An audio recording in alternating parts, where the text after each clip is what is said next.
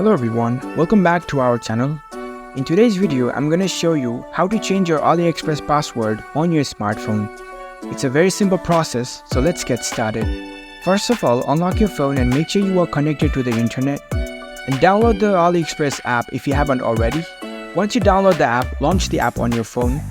When you're in the app, make sure you are already logged in with your account. Once you are logged in, now you need to go to your profile. Here you can see the account icon at the bottom right corner, tap on it. Now go to settings, you can see the settings icon at the top right corner, tap on it. In the settings menu, you can see the profile option, tap on profile. Once you're in the profile, here you can find the account information section, tap on it. Next up, tap on password, it will send a verification code to your registered email address. So check your email address, copy this code. Once you enter the verification code, tap on verify. Now it will prompt you to change your password. Here you can set your new password. Tap on new password. Reconfirm your password. Make sure your password is secured and easy to remember. Once done, tap on update password.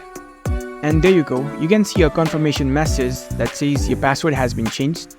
So you successfully changed your AliExpress account password.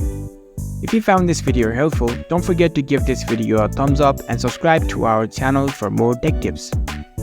Thank you for watching.